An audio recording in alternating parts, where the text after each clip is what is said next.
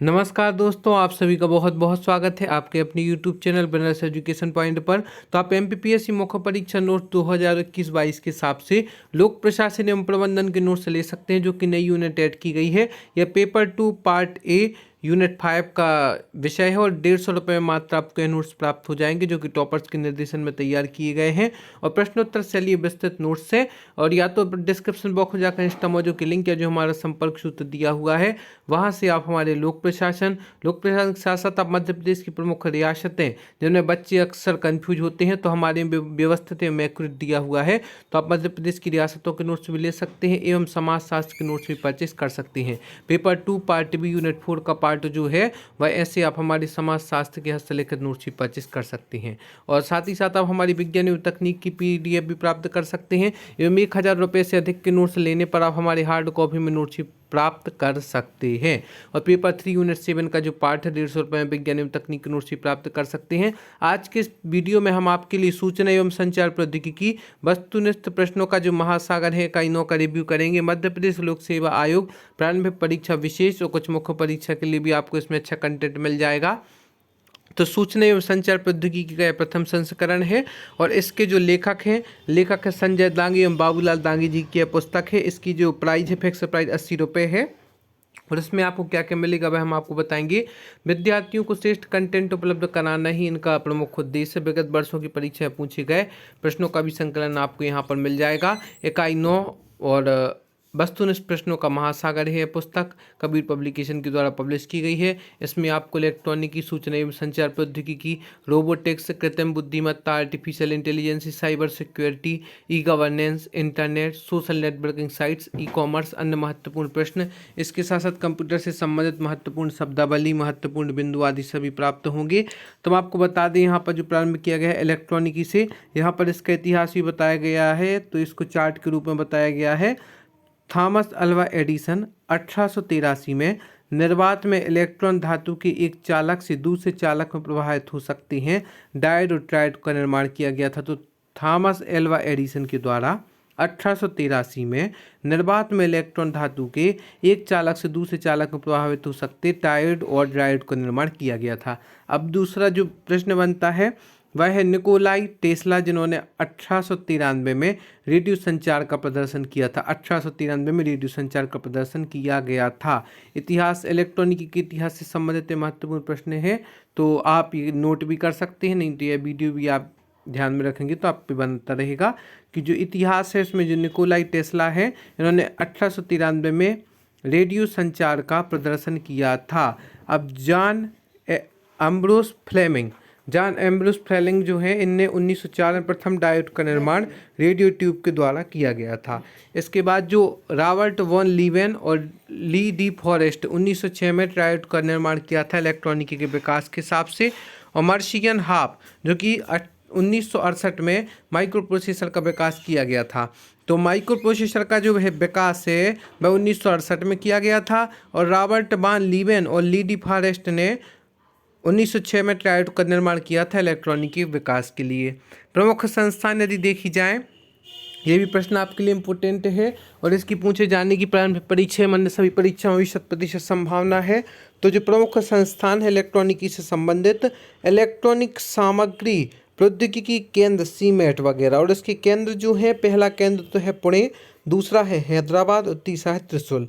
प्रायोगिक सूक्ष्म तरंग इलेक्ट्रॉनिक अभियांत्रिकी तथा अनुसंधान संस्थान जो है वह 15 जुलाई 2005 को इलेक्ट्रोमैग्नेटिक कंपैटिबिलिटी EMC प्रणाली का विकास किया गया है। और वर्ष 1978 में प्रौद्योगिकी विकास परिषद का गठन किया गया था।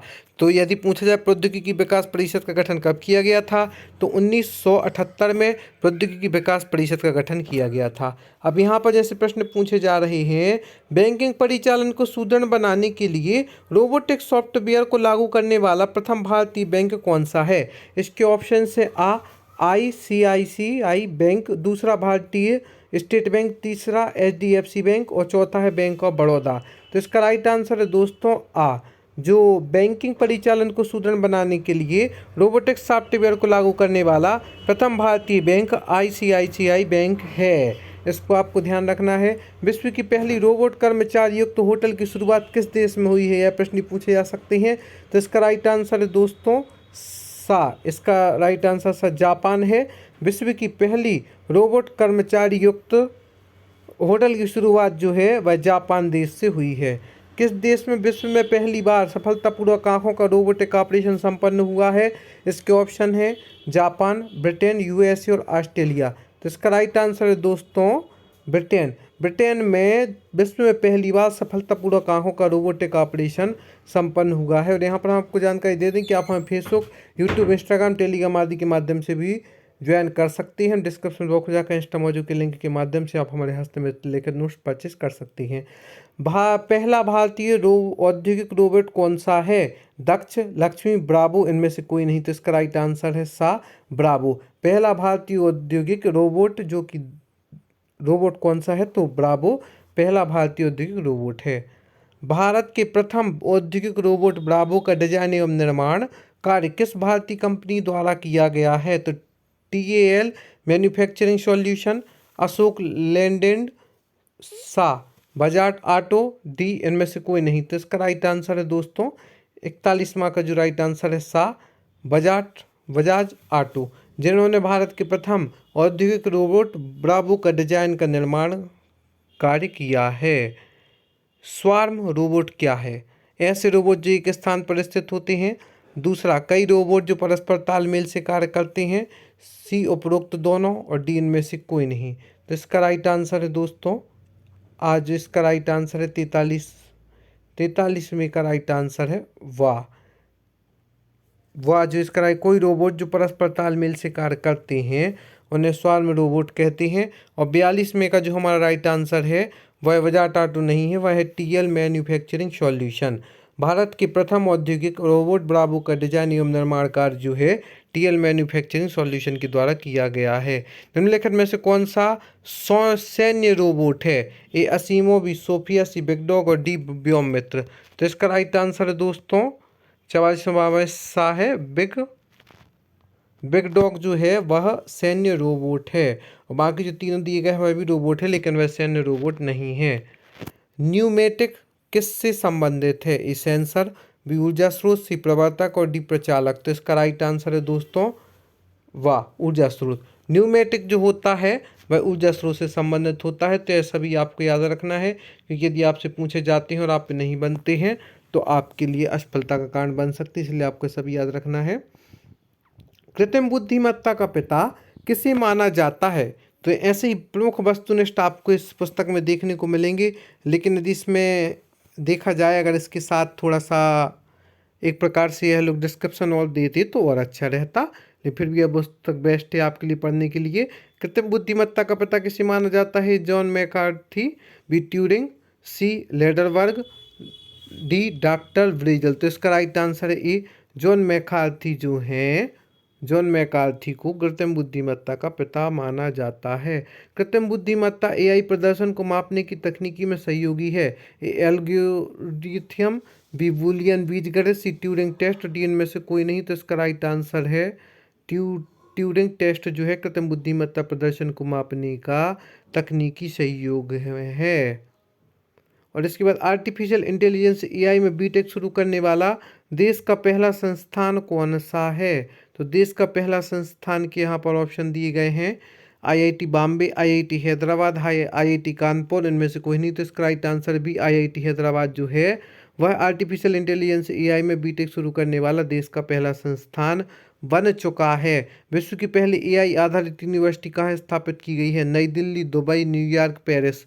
इसका राइट आंसर दोस्तों 8वां का जो राइट आंसर है बी है, दुबई में विश्व की पहली AI आधारित यूनिवर्सिटी दुबई में स्थापित की गई है। इंसानी विवेक को मशीन में हस्तांतरित करने की तकनीक कौन सी है? नैनो टेक्नोलॉजी, बी रोबोटिक्स, सी कृत्रिम बुद्धिमत्ता और डी इनमें से कोई नहीं। तो इसका राइट आंसर है 9वां का इसका राइट आंसर कृत्रिम बुद्धिमत्ता। आज कृत्रिम बुद्धिमत्ता के कारण ही इंसानी विवेक को मशीनों में हस्तांतरित करने की तकनीक कृत्रिम बुद्धिमत्ता ही कहलाती है।